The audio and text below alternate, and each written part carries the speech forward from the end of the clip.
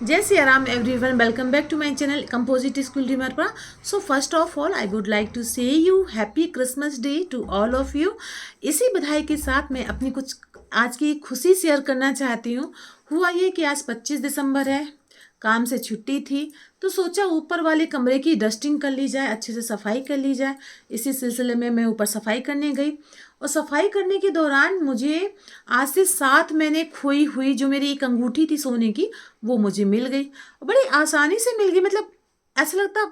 अब हुआ क्या, ये सुनिए। 7 महीने पहले मैं इसी तरह कमरे की सफाई कर रही थी। उस दिन मैंने कपड़े भी धुले, उस दिन मैंने बर्तन भी साफ किए क्योंकि काम वाली आई नहीं थी। सारा काम मुझे करना पड़ा।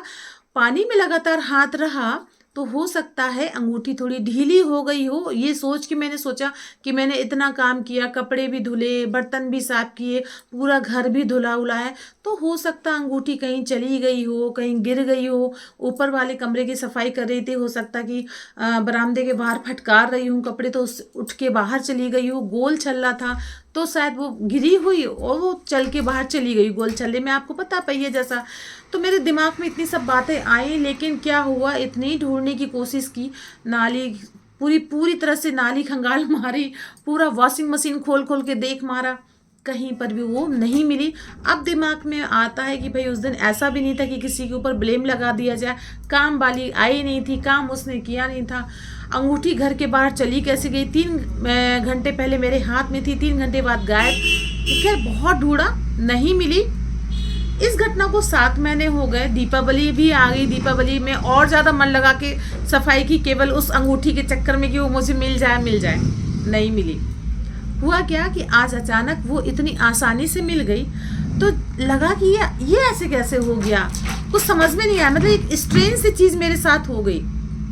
ठीक, घर में कोई इतने ज़्यादा मेंबर है नहीं कि भाई किसी ने इधर का उधर कर लिया, कोई जॉइंट फैमिली है नहीं। जो भी कुछ हुआ लेकिन बहुत ही ज़्यादा स्ट्रेंज हुआ, पर उससे मुझे बहुत खुशी मिली। अब ये आती है कि भाई मैं ये बात आपको शेयर क्यों कर रही हूँ। इसलिए शेयर कर रही हूँ कि पूरे 7 महीने में मेरे मन में एक बार भी नहीं आया कि वो अंगूठी मेरे पास नहीं है। हमेशा रहा अंगूठी तो है घर में, लेकिन अभी नहीं मिल रही। मिलेगी ज़रूर, अभी जब उसका समय आएगा तब मिलेगी, पर अभी नहीं मिल रही है। पर वो घर में ही है। ये पॉजिटिव वाइब्रेशन होती है ना, ये पॉजिटिव वाइब्रेशन आपको पता नहीं कि कितनी आपकी बेनिफिट होती है। तो इसलिए कहते हैं हमेशा अपने साथ पॉजिटिव वाइब्रेशन रखिए, हमेशा एक होप रखिए। जब कुछ भी ना हो तब भी वहाँ पर एक होप जरूर रखिए। अब इसी सिलसिले में ये जो घटना घटी तो मुझे लगा कि इसी से जुड़ी हुई क्यों ना एक कहानी आपको सुना दी जाए। तो कहानी पर जाने के पहले आपसे निवेदन है कि अगर अभी तक आपने इस चैनल को सब्सक्राइब नहीं किया हुआ है तो कृपया करके चैनल को सब्सक्राइब करिए। वीडियो पसंद आता है तो वीडियो को अपने फ्रेंड्स और फैमिली में शेयर करिएगा। तो बिना किसी देरी के चलिए चलते हैं कहानी की ओर। होता क्या है कि एक नगर में भूख, प्यास, नींद और आशा नाम की 4 बहनें रहती थी।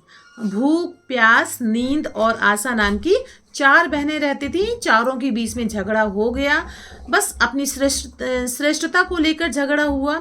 भूख बोली मैं बड़ी हूँ, प्यास बोली मैं बड़ी हूँ, नींद बोली मैं बड़ी हूँ और आशा बोली कि मैं बड़ी हूँ।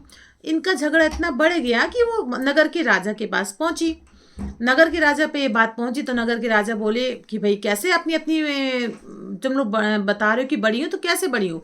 तो भूख बोली भाई देखो मैं इसलिए बड़ी हूँ कि मेरे कारण ही तो लोगों के घरों में चूल्हे जलते हैं, खाना बनता है। मेरे कारण ही स्वादिष्ट स्वादिष्ट खाना बनाते, त्योहार मनाए जाते हैं। तो और जब वो खाना बनता तो थाली परोस के मेरे पास लाया जाता हूँ, मैं इसको खाती हूँ, तो मैं बड़ी हूँ। अब जब राजा ने ये बात सुनी तो राजा ने पूरे नगर में ढिंढोरा पिटवा दिया कि कोई भी खाना नहीं बनाएगा। अब देखते हैं भूख कैसे लगती है। फिर खाना नहीं बना, ठीक, थाली नहीं परोसी गई। अब भूख क्या की, भूख को जब थाली नहीं परोसी गई तो भूख ने बच्चा कुचा बाची कुसा जो भी खा के पड़ी रही कोने में। अब प्यास राजा के पास आई, बोली कि देखिए भूख तो पड़ी है कोने में, उसको तो आज खाना भी नहीं मिला, बासी कुसा खाया, मैं बड़ी हूँ। प्यास बोली मैं बड़ी हूँ। राजा बोला कि भाई तुम कैसे बड़ी हो? प्यास बोली कि मेरे कारण ही तो सब लोग नदी, तालाब, कुएं ये सब इंतजाम करते हैं। मेरे कारण ही तो घरों में बर्तनों में पानी भरा जाता है, मैं बड़ी हूँ।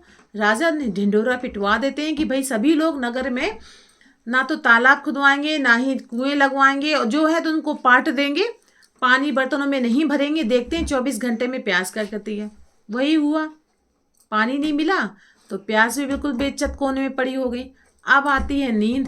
नींद कहती है राजा मैं बड़ी हूँ। तो राजा बोलते तुम कैसे बड़ी हो? कहते अरे मेरे कारण ही तो लोग बिस्तर लगाते हैं, सोते हैं। तो भाई राजा ने पूरे नगर में ढिंढोरा पिटवा दिया कि भाई कोई भी ना बिस्तर लगाएगा, अपनी खटिया सब बिल्कुल खड़ी करके रखेंगे, कुछ नहीं। जब नींद पूरी तरह से व्याकुल हो गई तो उसको टेढ़े ओढ़े कहीं भी जगह मिली वहाँ वो पड़ गई।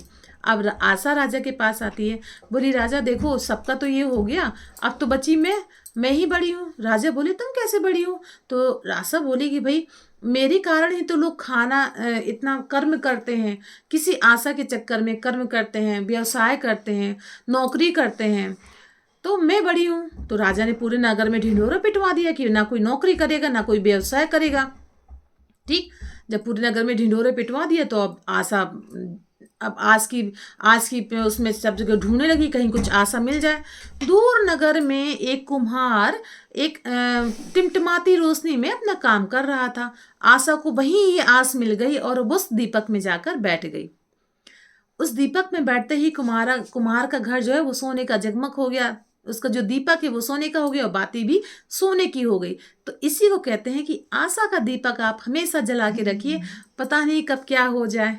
तो बताइएगा आपको ये कहानी कैसी लगी। अगर आपको ये कहानी थोड़ी बहुत भी अच्छी लगी हुई, हो सकता है आपकी लाइफ में कुछ ऐसी समस्याएं आ रही हों, तो आप अपने जीवन में एक आशा का दीपक जरूर जगा के रखिए कि नहीं, कभी ना कभी अच्छा होगा, कभी ना कभी मैं इस चीज़ में सफल हो जाऊंगा या हो जाऊंगी।